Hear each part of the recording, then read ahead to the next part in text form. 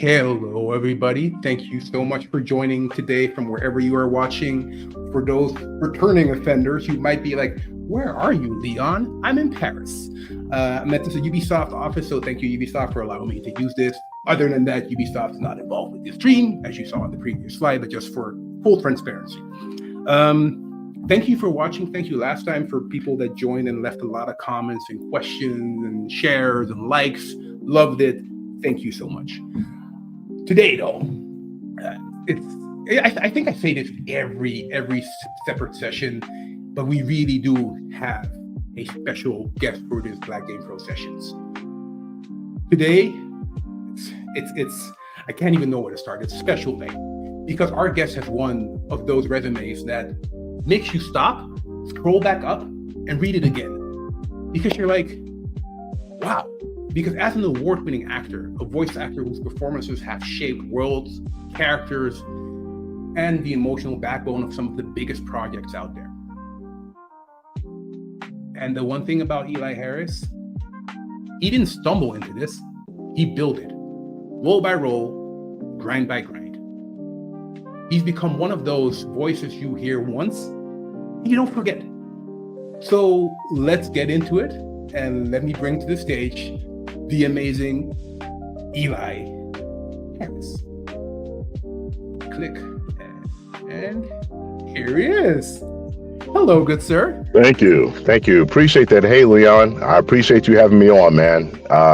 Been a fan of yours for a minute. I love what you've been doing at Ubisoft. So, man, thank you. I appreciate you.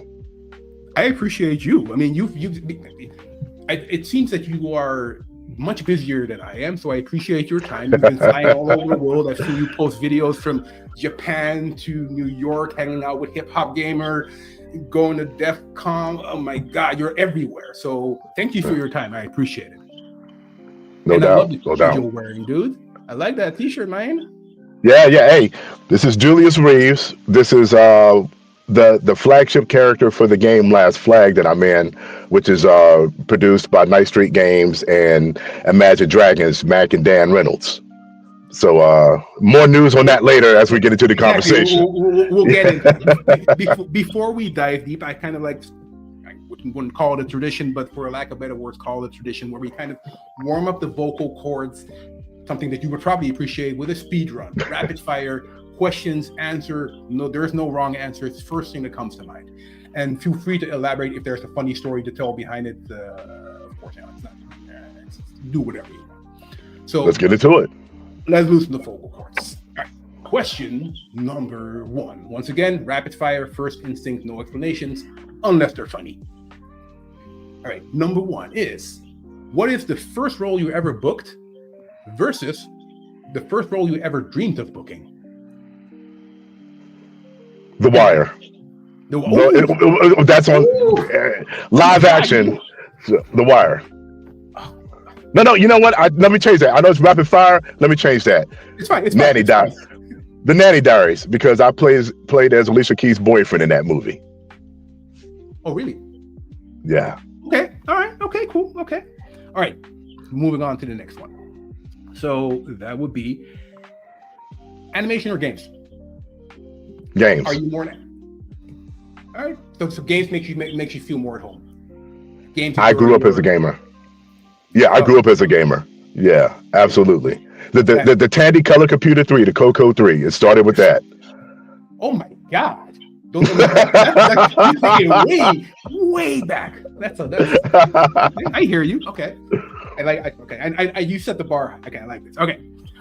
Next question. Line you are most proud of delivering versus the line that fans love the most.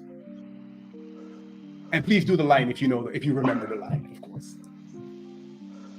Lines that fans remember the most. Yes. It's go time. Oh, yes. I'm sure people will clip that. It's go time. All right. I like talking about food, so this is a super random question. What if there is a difference, your early career hustle snack versus your present day I made it snack? Is there a difference, or are you still going to the same thing? Okay, so it's hard for me to answer this because I only eat one meal a day. Like I do intermittent fasting all the time. I don't know how to answer that, to be honest with you. Perfectly fine. I mean, that's an answer. That's hardcore, man. So you eat 1 meal a day. I eat 1 meal a day. That is intense. Okay. Next question. A director's note you'll never forget. A voice director or any director that you work with, and you're like, oh yeah, that's something that I need to lock down in my brain. Bring Eli. And I would have to elaborate on that. I'll just briefly touch on that. One of the biggest issues that we have as actors and voice actors is that oftentimes we try to emulate or be someone that we're compared to. And so we tend to lose who we are as individuals. And so for me, one of the things that this happened both on camera and voiceover. Mm-hmm. Bring Eli. On camera, I was too busy trying to act like somebody else based on the character that I was given. And instead of being who Eli was in that moment, I was trying to be this other actor. And so the director behind the camera said, relax. Be you. Bring Eli. Same thing happened on voiceover. Because I get compared a lot to, Ving Rhames and Dennis Haysbert and, oh my gosh, the great, and I can't believe I'm losing this dude's name because he is one of my favorite freaking voice actors, Keith David. And I was trying so hard to be like that and say, there we got Keith David, give me Eli Harris. Mm-hmm. That changed my mindset. Yep, that they want you for you, not for a potential iteration of your voice. They want your voice. They want Eli. Yeah. All right, we actually already have a question from the audience, which is good link to this rapid fire round from Tobe. What are your top 2-3 favorite classic video games growing up? Thank you, Tobe, for the question. Okay, Ninja Gaiden, the entire Ninja Gaiden trilogy on the NES. Monster Party, which was a Bandai Namco game, which had to deal with, which was kind of like a spoof on horror movies. Blaster Master. And that's old school. We're talking NES. Yeah. Now we're talking Sega Genesis. We're talking Strider. We're talking Streets of Rage, and we're talking Golden Axe, and of course Shinobi. Oh, you're taking me back. I'm sorry. I'm gonna go off script now. What's your first console that you had? What's kind of like your first console, your go-to thing that you were like, that's the first thing that you had and that you fell in love with gaming with? The NES, because I had the Coco 3, of course, the Tandy Computer 3. Then I had the Atari 2600. When I got the NES, it was a wrap. I was done at that point. So the Nintendo, even to this day. What was the first game that you played on that NES? The first game that you owned? Super Mario Brothers 2. And here's what's crazy.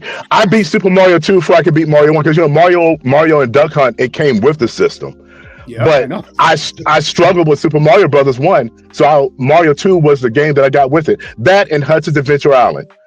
I beat Mario 2 before I beat Mario 1.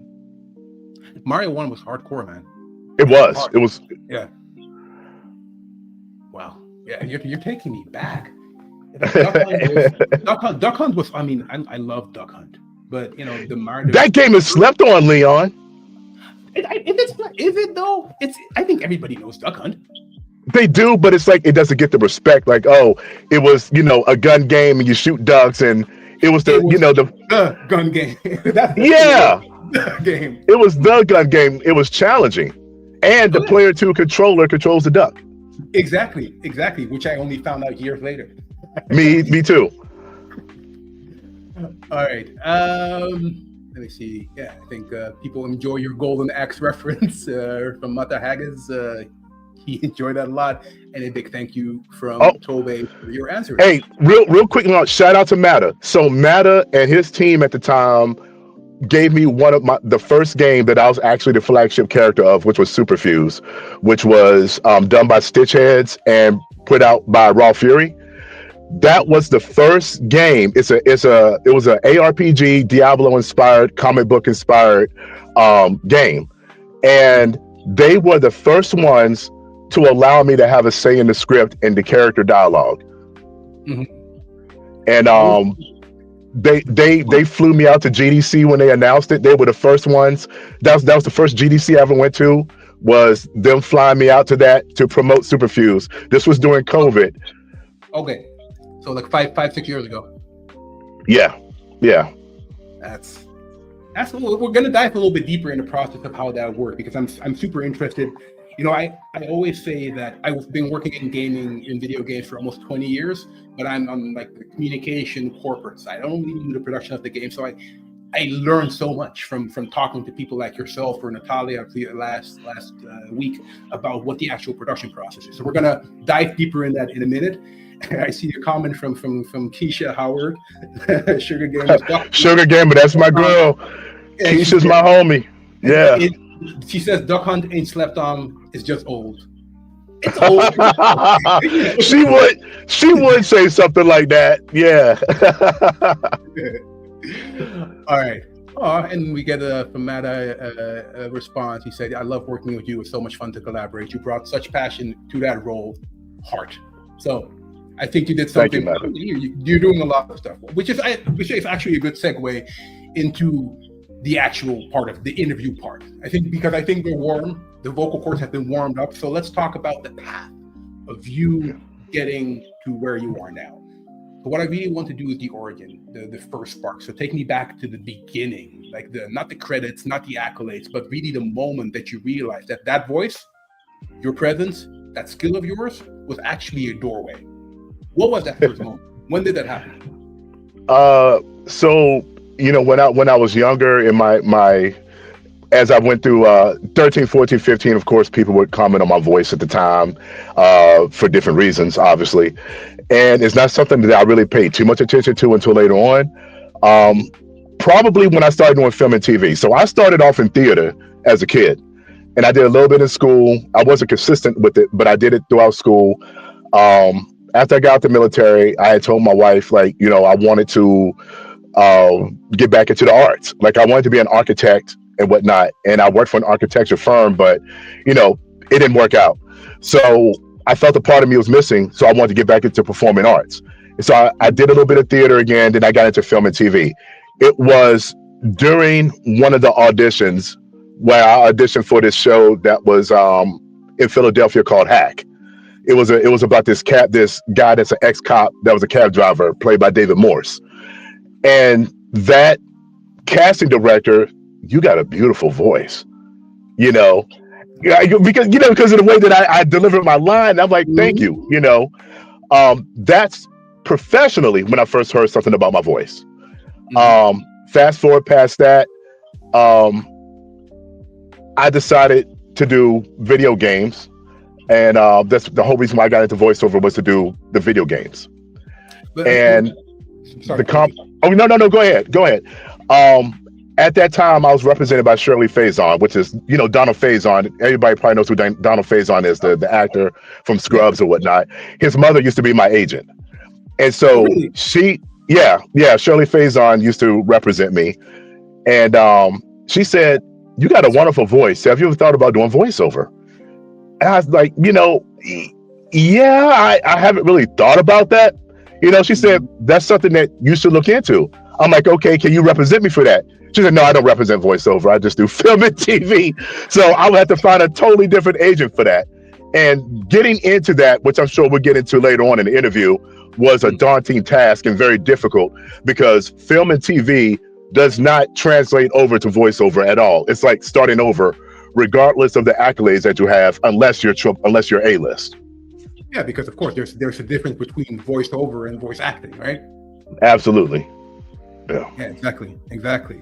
Oh, but let's get into it, because you were kind of like, for you it's normal because you've already walked the path, but getting an agent, indeed, it's a challenge. Where do you start? You had in your network, you had someone who was an agent, but then you had to go and find another one. How did that go? What was the process? You just went online and like, "Hey, agent, video game voice acting." How does it work? So it depends on what type of agent you're looking at getting. So one thing about voiceover voice acting is that it's not a monolith.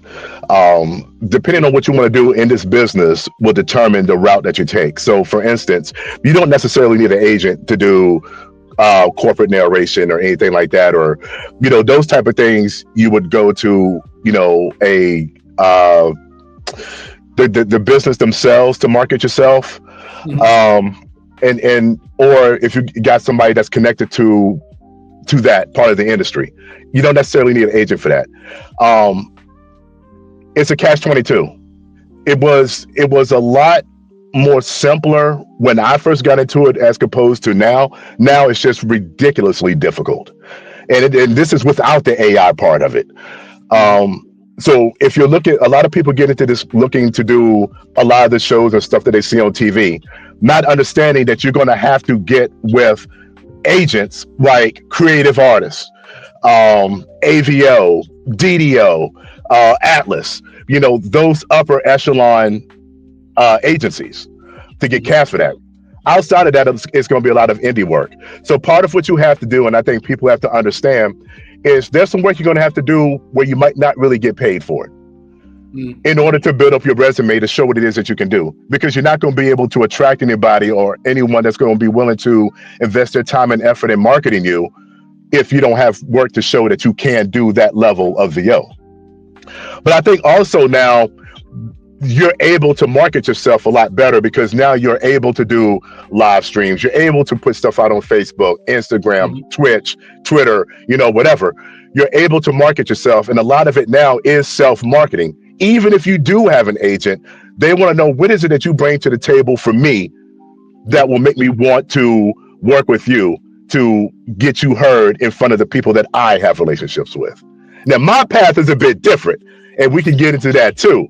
I chose the path least chosen, and which is why I'm where I'm at in my career now.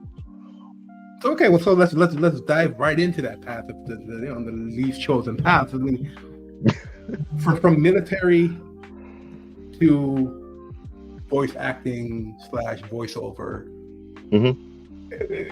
Share that path. Teach. Okay. So I served my country in the Army. In 1996 is when I went in and did one tour and got out. I got deployed almost immediately after basic training in AIT. I got stationed in Germany, which Germany was dope. I was a little nervous. I was a little nervous at first, because when you think of Germany, you think of, the past. Of course. Not realizing that it's entirely different over there. They teach the true history of things over there. So there's been a lot of things that's been reconciled. So Germany was very welcoming. As soon as I touched down in Germany, I got orders to go to Bosnia-Herzegovina. So I got instantly deployed to there. Did my tour there, got out, and decided that, the military life wasn't for me. So I wanted to become a civilian. And my dream was to always be an architect. I've have friends that have architecture firms. I know people that have been very successful with it. And I did work for a firm, and that firm ended up doing, layoffs or whatnot. And I was one of the people who got laid off. So I decided that I wanted to do something. Like, I felt like a part of me was missing, because I didn't want to keep doing 9 to 5, et cetera, et cetera. And me being the type of person I am with energy, I'm a high powered individual. I need to do something creative. And so I told my wife, something's missing. I want to get back into the arts. So I did. I got into film and TV, which I had to start off as an extra. People don't understand this too. Most people that get into this industry start off as extras. Leonardo DiCaprio was an extra in Roseanne. He was sitting behind Darlene in the classroom. There are a lot of people that start off as extras, and you build genuine relationships. You show that you can be reliable. You show that you're willing to learn, that you're willing to understand the process of how things work. And once you show that you are a person that can be relied upon, counted on, talented, et cetera, then you start getting recognized for certain things, and start getting better auditions. And then you're able to get better agents. I didn't start off with Shirley Faison. I started off with just doing basic extra work. And so from there, I was able to book stuff like, The Wire, Hack, Line of Fire, which was, I think that only survived for like a season, but that was a pretty good show. I started doing movies. I worked on, 16 Blocks with David Morrison, Mos Def. The Nanny Diaries, where I got to play Alicia Keys' boyfriend. That whole story was interesting. Okay. There, please. All right. I got to tell you the story on this one. Yes. So, at this time, I'm staying in between VA and Brooklyn, right? So my agent calls me on a Friday, and they rarely call you on a Friday for anything audition related. But she calls me on a Friday. She said, "Hey, I need you in Manhattan on Sunday for a project that you're going to be auditioning for." Mm-hmm. So I'm like, okay. And so, she couldn't really give me much information because it was under an alias. The project name, I think, was Red Shoe or Red Umbrella. It was something like that it was under. Mm-hmm. And I'm like, okay, what's my character? Like, what am I auditioning for? She said, you're going to be auditioning to play the boyfriend to Alicia Keys' character, Lewis. You're going to be playing as Lewis. And I'm like, what? Because I used to joke around. I used to joke around with my wife and be like, yo, I'd have to get a pass on somebody like blah, blah, blah. And Alicia Keys was one of those people. And it was a joke. It wasn't anything. It wasn't anything that I was really serious about at all. But still, when I told her what I was getting an audition for, she looked at me. She was like, uh-huh.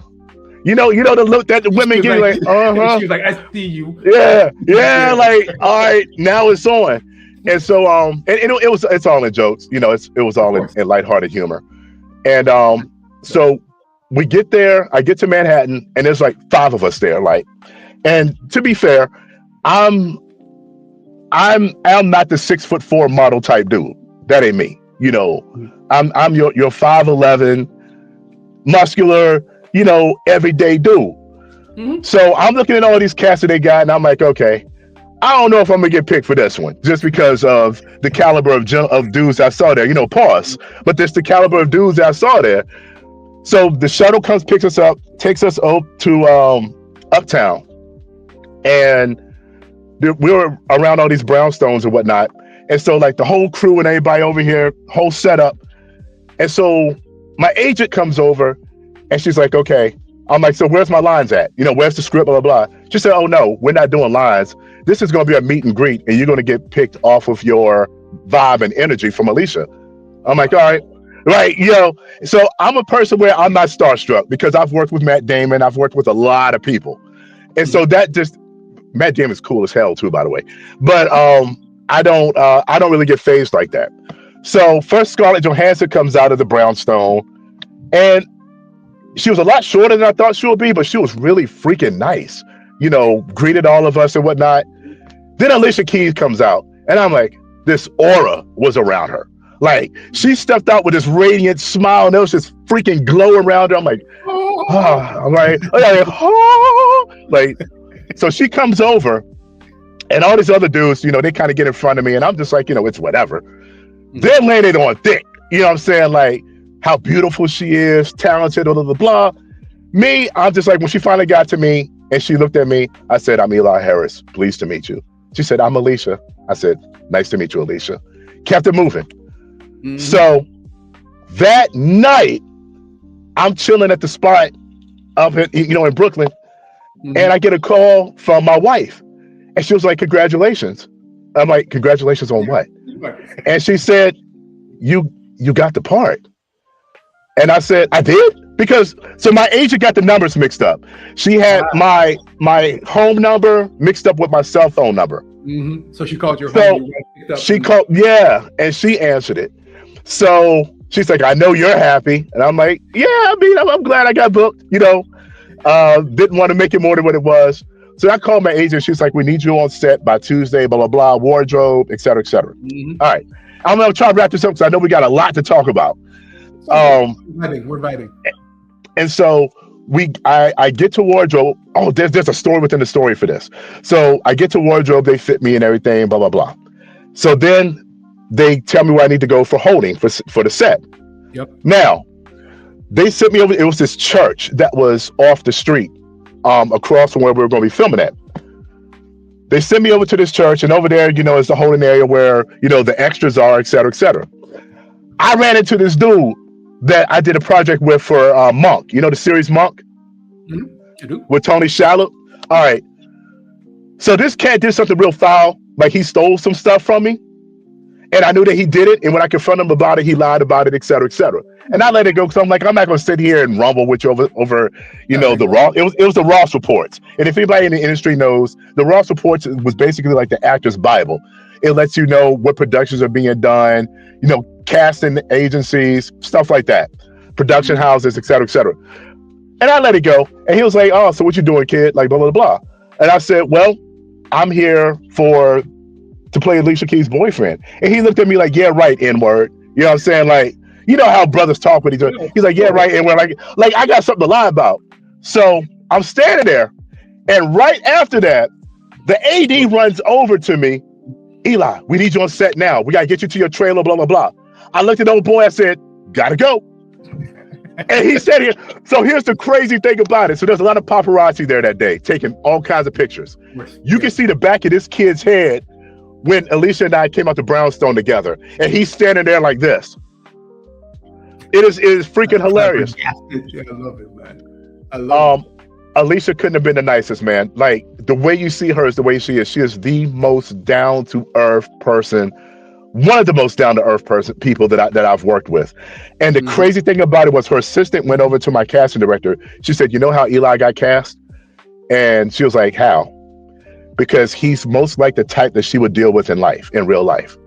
Yeah. That she wasn't about the people that was throwing all the compliments and all this stuff. She just wanted a round-the-way dude.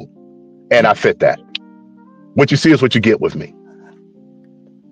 Which I also very much appreciate. That's a dope story, man. Thank you for sharing that. Yeah, I know it's a little bit long. I'm sorry, but you know. No, don't apologize. This is personally, I think first of all, the viewers enjoyed your story a lot, and I think generally speaking, it's good to share these kind of moments with other people because they don't know about that. They didn't know that you did it, or maybe they did. However, I do want to link to what you said. People might think, "Oh yeah, then he was hanging out with Alicia Keys and he became a boyfriend or on film," but people probably, this is me maybe projecting, maybe it's not completely true, but it's one thing that I really always love asking people like yourself, actors, voice actors, is people hear and see the performance.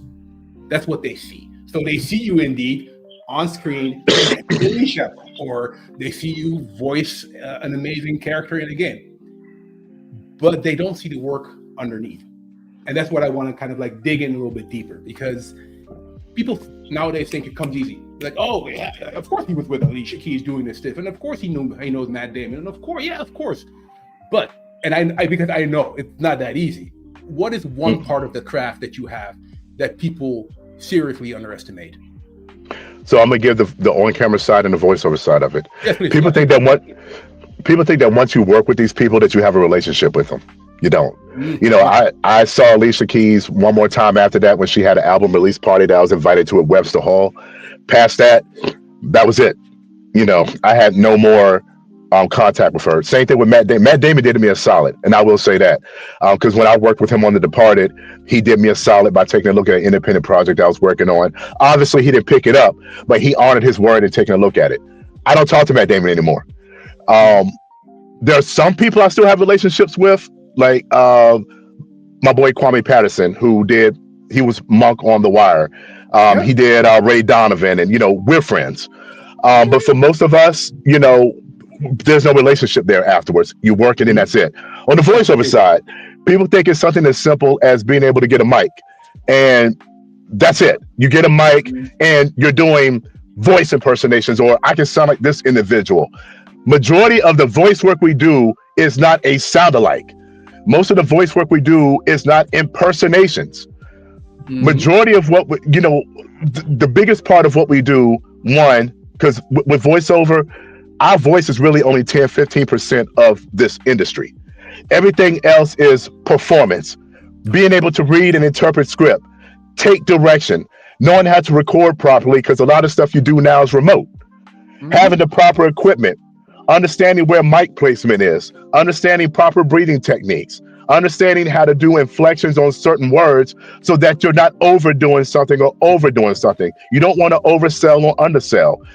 What we do, so when I do video games, it's entirely different than animation. For instance, video games is an immersive experience. My job when I do video games is to draw you in. When you play games, you are that character. I don't care if Aaron Rodgers is the quarterback on Madden. When you're controlling Aaron Rodgers, you're the quarterback. Exactly. When you're playing Splinter Cell, You know, you are that character. When you know, regardless of what regardless of what name is given to the character, you are that character, and it's immersive. So my delivery needs to come across as such. Animation, my job is to entertain you. Yeah. There's no real immersiveness in animation, because when you sit down at the end of the day, you want to watch TV and you want to be entertained and enjoy what it is that you are viewing. So my delivery needs to come across in an entertaining way, to where if you had the worst day possible, hearing my voice or whoever I'm with on the show takes you away momentarily. Even for that moment, you forgot that maybe you got laid off today. And I'll tell you this too, video games, and one of the biggest reasons I got into it, not just being a lifelong gamer, it's therapeutic. A lot of veterans that I know, that I'm friends with, that are veterans, they play games because it relieves a lot of stress for them. Oh yeah, escapism. So I mean, it's a way it really is. It really is. So when I was coming up, we got made fun of for stuff like this, for playing games and for being into animation, especially being black. That's a white boy thing. You know what I'm saying? Like that's a white thing. Like, you doing white boy stuff. You know, not understanding that when we play video games, for me and some of the people that I rode with, it kept us out of the streets. Playing Tecmo Bowl, playing RBI baseball, you know, or whatever it was that we were playing, it kept us from getting into dumb stuff. You know, for some people, it's just a way to unwind. So it's more than just providing a voice. It's because VO is so much driven by the soul of what we do. We're the soul and the pulse of the game. We, to a certain extent, are unofficial therapists for those who sit down and play. Hey, no, hey, you got trademark that. Hey, Tanisha, I know my PR strategist is watching. Tanisha, trademark that joint. That's a good one indeed. That's a good one indeed.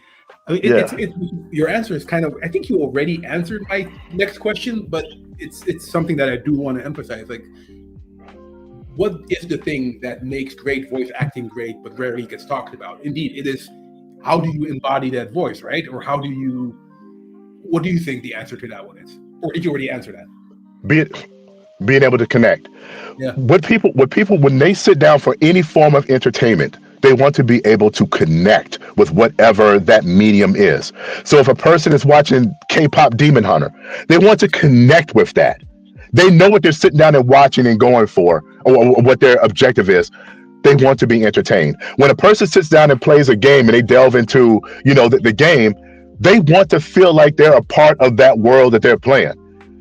You know, so being able to connect, and that's why, you know, we have this whole AI discussion, and, you know, I have my own thoughts on it, and, you know, I feel like it's a great tool, and, you know, I think there's great use for it, you know, so I'm not really pro-anti, you know, because I get it and I understand, but then there's some elements that gamers want to connect with, and they want to connect with the individual, because we are the soul, and you feel. So imagine playing Final Fantasy VII and it's just text coming across the screen.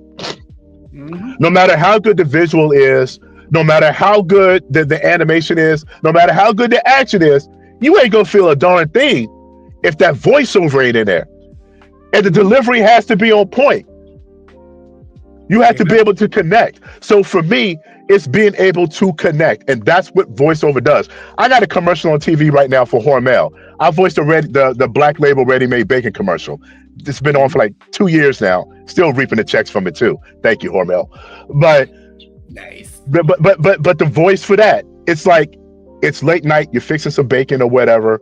You want to feel that connection to, I want to go and buy some bacon.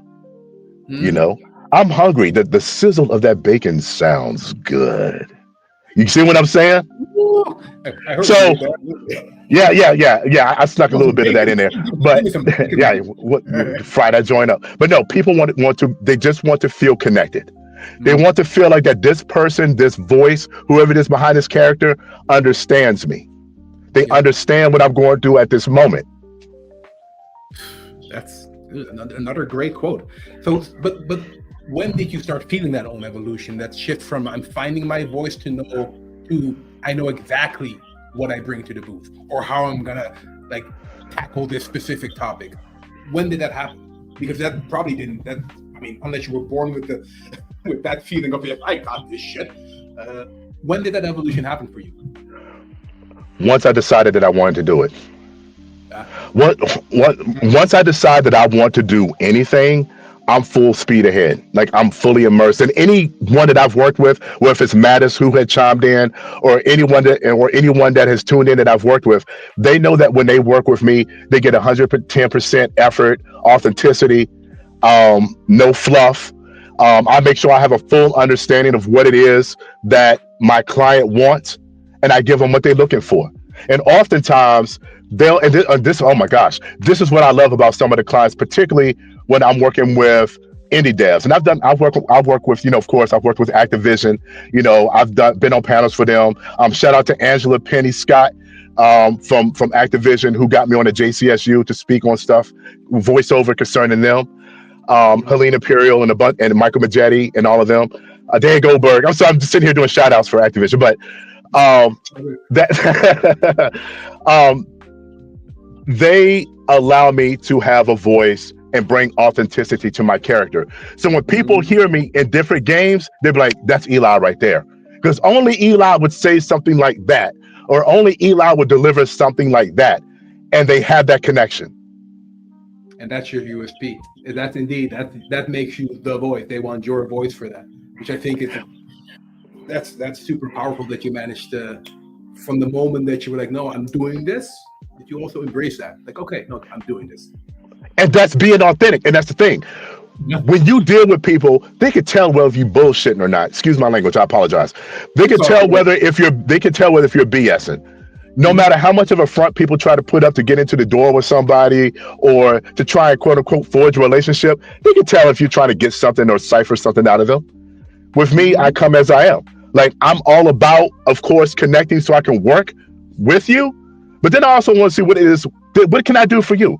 What is it that I can bring to the table that adds to your project, that makes your project better, and that I'm representing your project the way you want it represented? And that's why I book the roles that I book. And that's why I got the relationships that I have, because I come at them authentically and genuine, letting them know it ain't just about me. Yes, I love that. All right, moving to another topic. Navigating the industry while being Black, because you move through two industries, acting in games that don't always make the journey easy for us. Was there a moment when you felt the weight of that, or is it something that you don't really notice in the world that you operate and move in? Can you repeat that, please? I want to make sure I'm fully understanding so I can process it correctly. So you move through the two industries, acting, gaming, both of them not per se always industries that make the journey easy for Black folks. Was there a moment when you felt the weight of either being not people not working with you but working against you, or felt the weight of, now that you are there, I need to represent, I need to come correct? So being Black while acting is what you're asking me? Yeah, exactly. Okay. There's politics in both. Part of the reason why I left on camera for a little bit is just because there are things politically within that space I just can't get down with. You know what I mean?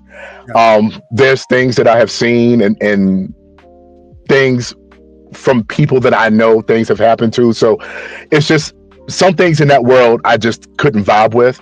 And Lord knows I miss on camera. Like I need to perform. Like that's a part of me. And I'll get back to that at some point. We're actually working on that right now. Similar to voiceover, yeah. But here's the thing about that.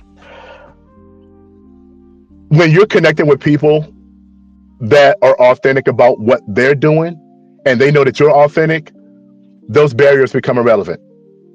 For me, from what I've seen. For instance, and I have to bring up Superfuse. I got to bring up Superfuse on this.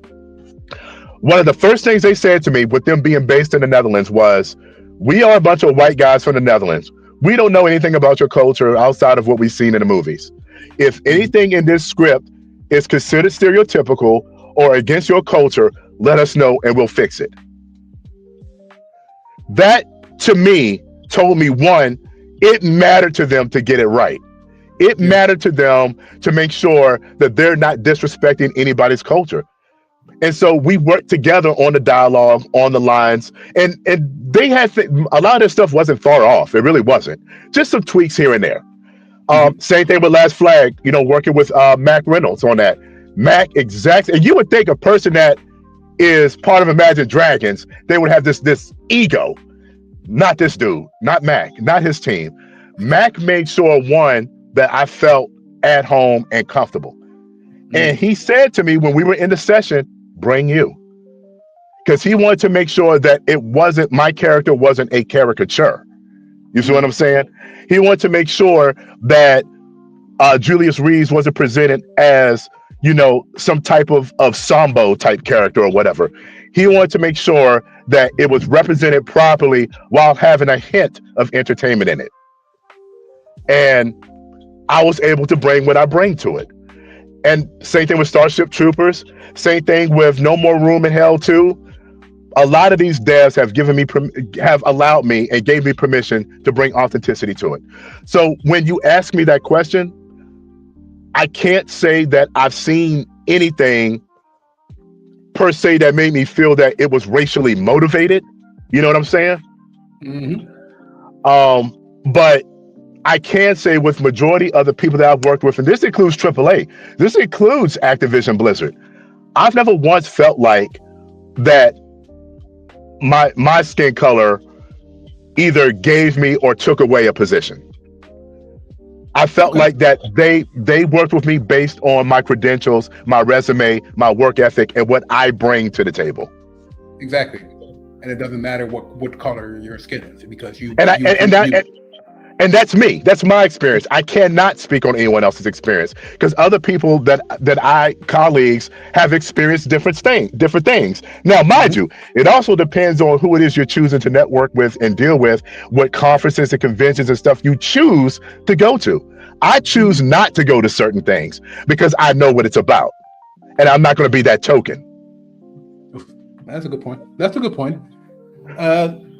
At a certain point in time in your career, after booking your first voice acting or voiceover gigs, there's a moment. Every career has this moment that shifts momentum from, sometimes quietly, sometimes loudly, but it's really like, what was that turning point for you where you felt like, oh, actually, this is starting to make sense. I'm starting to book more gigs because people want me, Eli. Did you feel that, or was it just an organic kind of thing that just happened? It was organic. Once I got more comfortable with myself and got past some of the imposter syndrome that I had, the more that was able to come out in my performances. Yeah. That's something that we all struggle with, is imposter syndrome, not feeling deserving or worthy enough to be in the position that we are. How is it that this individual over here has this, that, and the third, and I don't? When I feel like that I bring more to the table talent-wise. And that's not being a judgment, that's not judging anybody, but we tend to have a problem with comparing ourselves to others and their successes instead of looking at our success and what we bring. And so, that's still a day-to-day work for me. I still, even with the amount of success that I've had, those are things that I still continue to battle with and work on. But once I became comfortable in my own skin, I will tell you something that's funny. I used to be in here and audition, and I would be so nervous by myself, reading lines, scared to make faces, scared to express myself, because I'm afraid of how I may look doing it. And it hit me one day, nobody's in that booth but you. Yeah. Why does it matter what faces you make? Why does it matter how you act? Just get the damn script done. Yeah, one way or the other, right? Exactly. Yeah. So once I became less self-conscious and more comfortable with me, I said, okay, you know what? I got this. I'm giving them Eli. I'm gonna give them what they're asking for. Yeah. I love that. So but let's take me into the booth with you. We'll describe the process. So let's say Mata sends you a message. I want to work with you either remotely or want you to come to the Netherlands and do your voiceover thing. What's the process? They reach out to you, they reach out to your agent, you reach out to them. Can you walk me through from the moment that you book until the moment the product releases in a short for I know. So Meta and his team reached out to me for Superfuse, and Tim from Stitch Heads and all them, they reached out to me and said, "Hey, we got this ARPG we're working on that we want you to voice the character of." They sent me the prototype, they sent me the write-up, they sent me character art, they sent me the whole freaking works of this. Very professionally done, very professional. And I looked at it and I'm like, yo, I'm down for this. Like this is dope. Like, what's the next step? So they reached out to me directly. Oftentimes, and I know there's an hierarchy in our industry where there's agents, managers, etc. I find that a lot of clients like to work with us directly as well. Like, once they know who it is they want to work with, they love working with the person directly because there's a lot of red tape that they don't have to go through to get the job done. And so once they sent me the information, I replied back and said, I'm definitely interested. We started talking numbers, we started negotiating and time frames, turnaround, et cetera, et cetera. Superfuse didn't really come to full fruition until about 2 years out. So people don't understand that either. This stuff takes time. It is not immediate. They already had stuff written up and things planned out on how they wanted to do it. Then after they decided on the voice that they wanted, that was like another year before I heard anything back about them getting picked up by Raw Fury. Now we're going to record more dialogue and more lines. Now we're going to negotiate contracts. Now we're going to do this, that, and the third because we have you as the voice for this. It's the same thing with Last Flag. Mac have had that thing in the works for a minute. Mac and Dan have had it in the works for a minute. When they came to me about the voice for it, with that, it was a little bit different. With Mac and his team, it was an authentic connection. And what Mac loves to say is, it was Eli's laugh that I said, he's Julius. I don't know what it is about my laugh, but for whatever it is, it worked for Mac. And he said, that's Julius right there. And from there, we put in the work.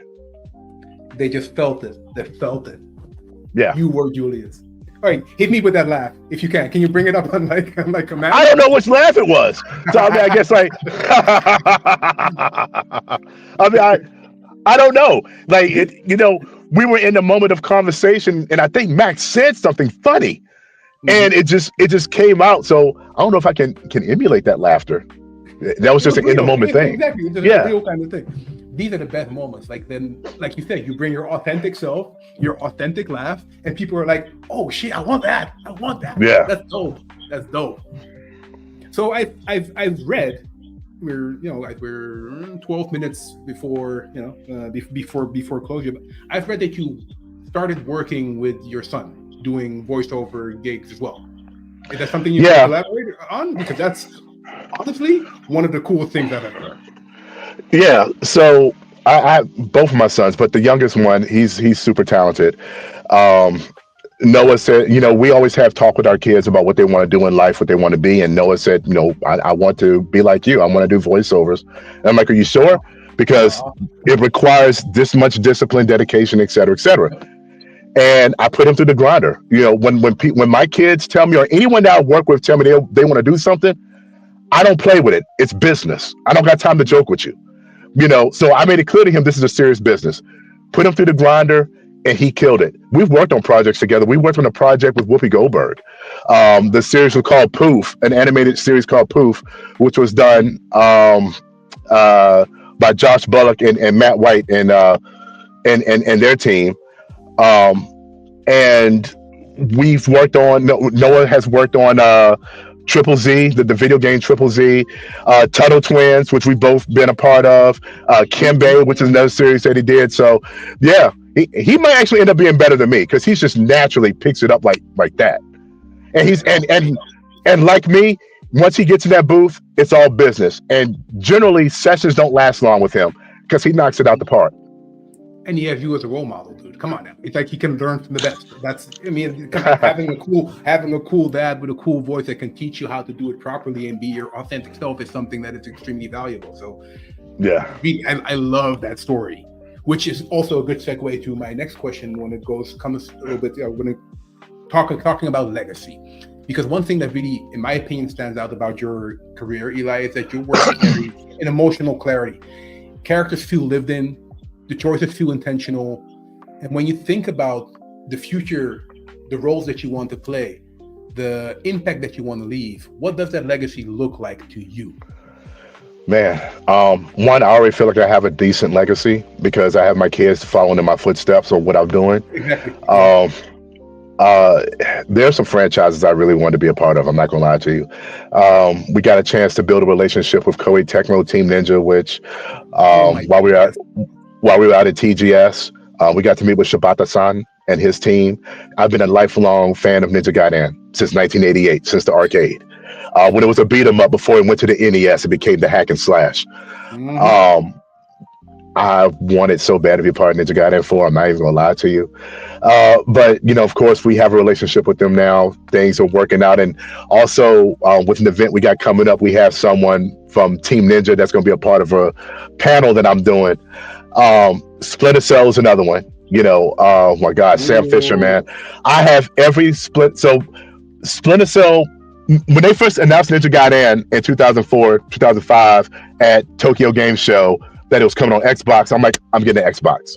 Because I've been waiting. We've been waiting forever. The last Ninja Gaiden that came out was the SNES trilogy, the compilation. Mhm. We have been waiting forever for that. So I got it for that, but then I saw Splinter Cell, and I'm like, oh my gosh.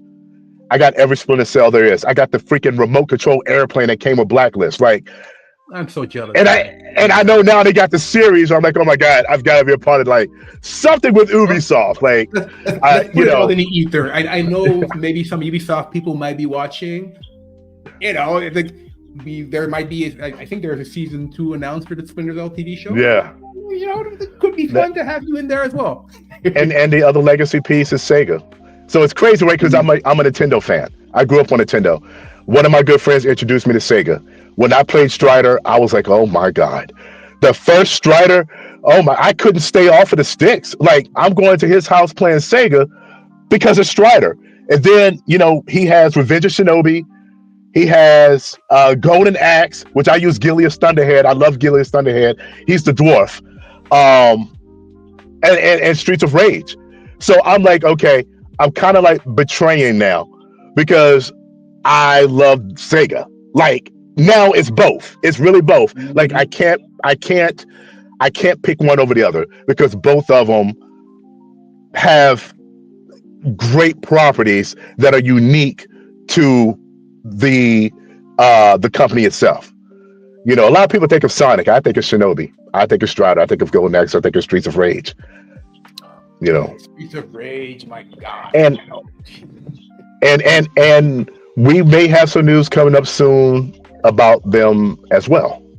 Mm-hmm. So that's indeed a good segue to my next and I think almost final question is indeed what is next for Eli? You have the accolades. You're an award-winning actor. You've done commercials. What's next? What's 2026 going to be like for you?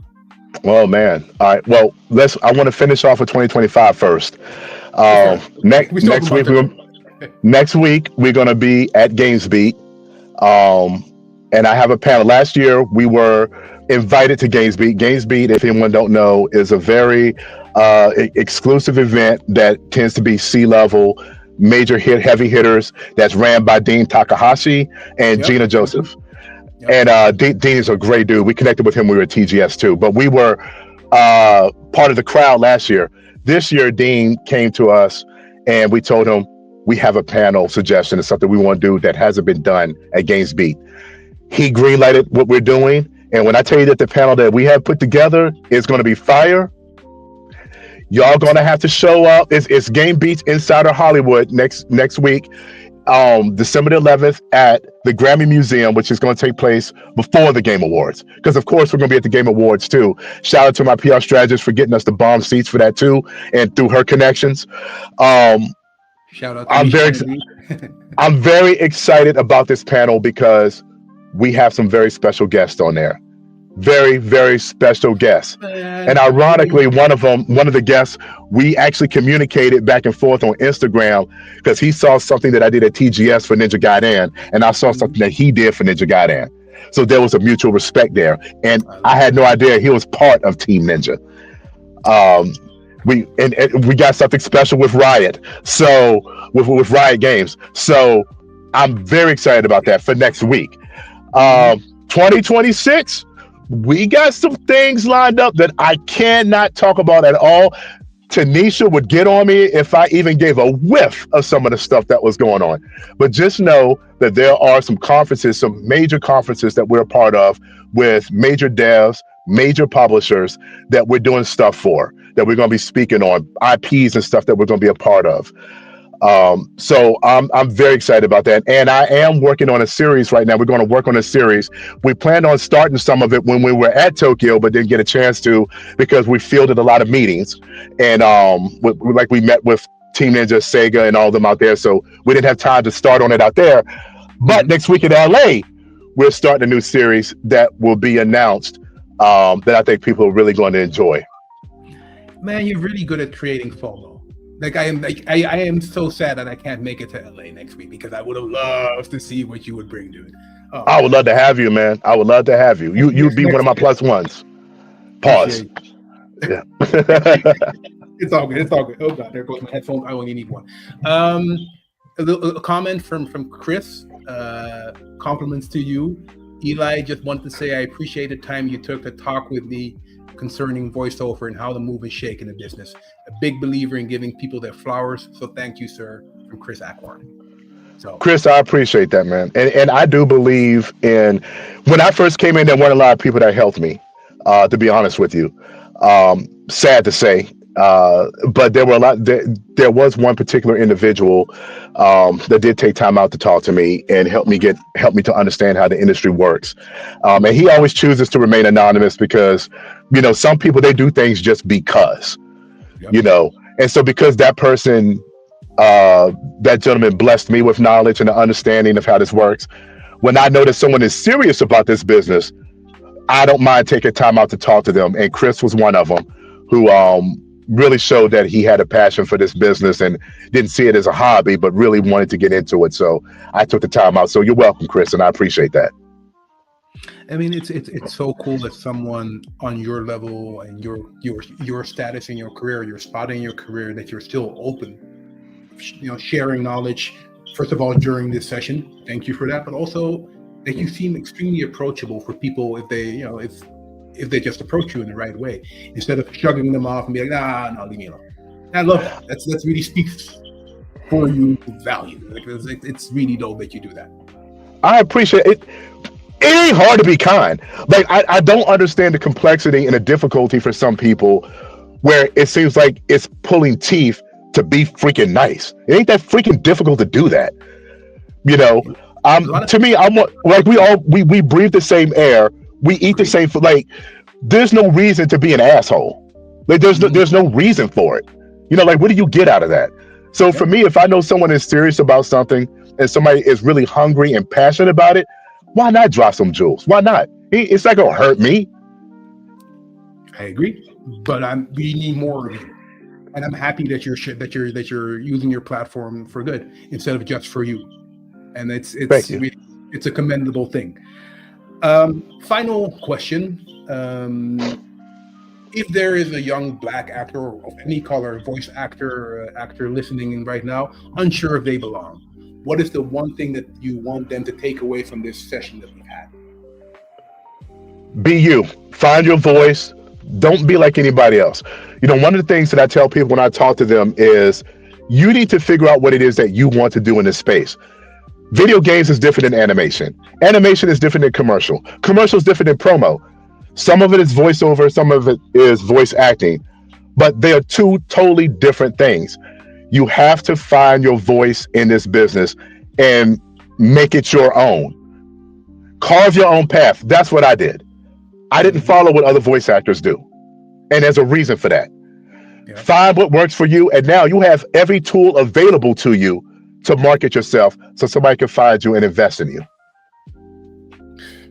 Eli, thank you for the honesty, for the craft, for your service, the amazing work that you've been doing, the knowledge that you've shared here with us. It's really, really appreciated. It shows really people what is possible when talent meets perseverance, because indeed it wasn't an easy path, but you've walked the path and you are where you are now, creating a legacy.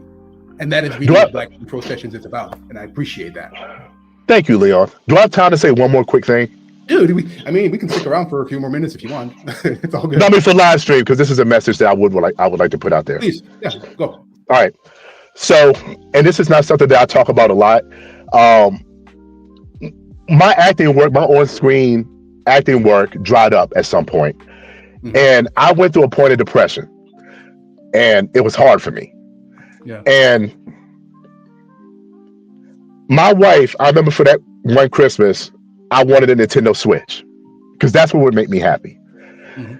And my wife decided to invest in voiceover equipment for me because I had bought equipment before and it didn't work. Mhm. So it furthered my depression. I'm like, geez, I'm buying equipment and it ain't working.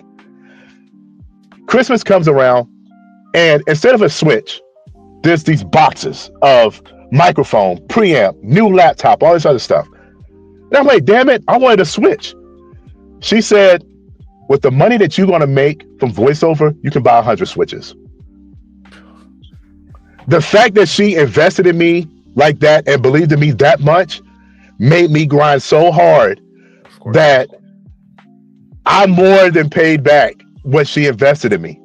You know what I'm saying? And I won't get into the lengths and the amounts of money that I made. I'll say that my house is paid for. I'll say that my vehicles are paid for because she invested enough in me, in my career, and believed enough in me. I owed it to her and I owed it to myself. Sometimes we get so low and so frustrated because I know there's a lot of people in the industry that have lost jobs and they are hurting, they are struggling, and don't know where the next dollar is going to come from. If you got somebody that believes enough in you and supports you in what it is that you do, your vision or whatever, you owe it to them and you owe it to yourself to not give up and push and keep going because it will come.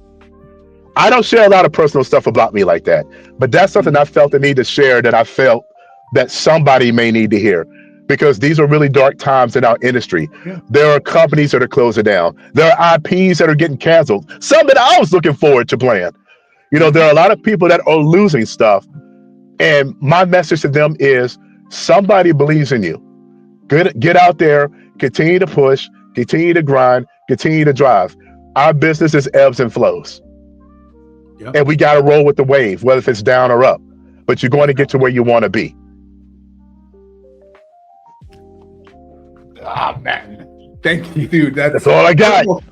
First of all, thank you for sharing that personal anecdote because, you know, even though it's a cliche, behind every strong man is a strong woman as well, that kind of stuff, but it is true. And sometimes, especially in moments when you don't believe in yourself anymore, you need that person next to you to be like, no, you got this. You are that person. With the money that you'll make, you'll be able to buy 1,000 Switches. And that's the thing. And I thank you for sharing that, man. Really, and I got a few of them, Dale. And look, let me tell you, last thing, I got a team that like that too. Tanisha is that daily grinder for me. That even in moments where something fell through, you have no idea what we had to go through to get this panel put together for Games Beat inside of Hollywood. It was rugged. Arthur Milano, another gentleman in my corner that I knew through Black and Gaming. Jawaza Hall, someone I went to high school with. I believe in reaching back when I know somebody works hard. This kid I grew up with, we went to the arcades together. He went through hard times. Come on my team, bro. I got a spot for you. Daryl Wise, another good friend of mine, over at Armnail, formerly of Globant. Well, he's C-level, but he never forgot where he came from, and it's people like him that helps me and my team continue to push and fight for the things that we want to get. When we have C-level stuff that needs to happen, Daryl is the one that helps us out with it because that's where he's at. Yeah, you know what I'm saying? But no, but you need a crew. You need a support system around you. Absolutely. You need a strong support system, people that believe in you. And I don't have yes men. Like if it's something that I throw out there they're not down with, they'll tell me. Like respectfully, of course, like, hey, I don't know if that's the direction, or let's try to adjust this a little bit, blah, blah, blah. We're a strong, united front, all of us. Okay, I'm done. I'm done. It ran over. I know people are like, yo, I gotta get No, back to work, man.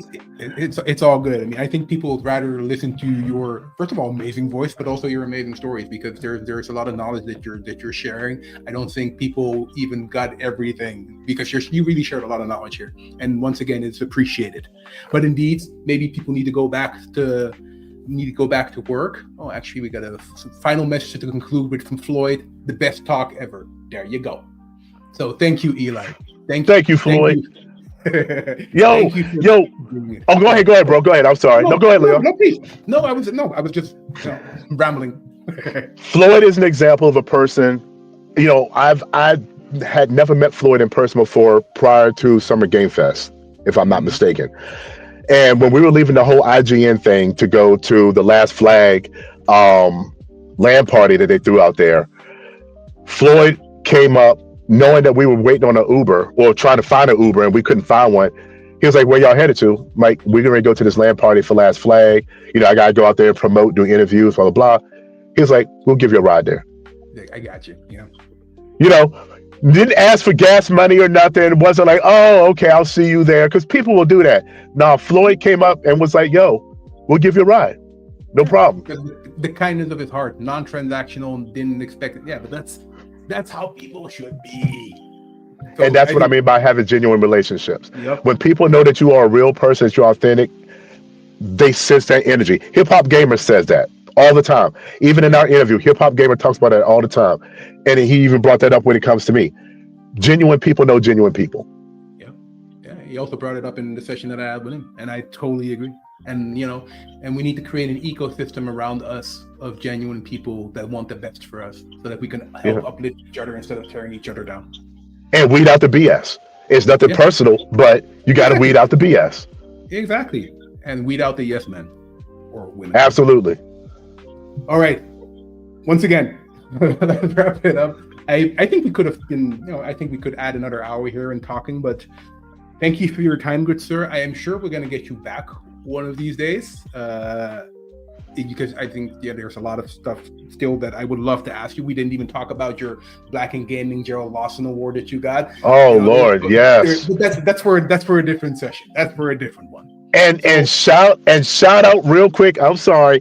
No. Shout out to Jerry Lawson's daughter, Karen. She is Karen Lawson, very good friend of mine, and we'll be working on something in the future too. Karen is such a great soul. Oh my goodness. Shout out to our Black in Gaming, who I did stuff with. I know Carl, you had Carl on last week. I mean, the last one. Mm-hmm. Shout out to them, and shout out to Karen. She's really carrying on her father's legacy. That's beautiful. Well, on that note, thank you everybody for watching. I see people from Europe, the States. I think some people from Africa as well. Some people from my home country, the Netherlands. Thank you, Dutch peoples. This Black Game Pro Session thing is really turning into something that I thought it was going to turn into, but it's nice to really see that it's embraced by people from all over the world, which that's one of the reasons why we're doing it. Creating a platform for people like yourself, Eli, to shine, to share your stories, and to create representation so that the next generation of our colleagues can be like, oh, if he can do it and he looks like me, so can I. So on that note, once again, thank you, Eli, for joining. Thank you, Tanisha, for for being in the green room and listening in. I appreciate that. Thank you guys, everybody, for watching, and we will be back probably before Christmas with another one, the final one of the year, the final Black Game Pro Session, and then January is already fully booked with speakers. February is already fully booked with speakers, so we have a lot of cool stuff for you guys to listen to in the future. Thank you, everyone, for watching. Eli, thanks for sharing all the knowledge. Thank you, Leon, and thank you all of you who tuned in to listen to me talk. I appreciate all of you. Thank you. All right. Take care, everyone.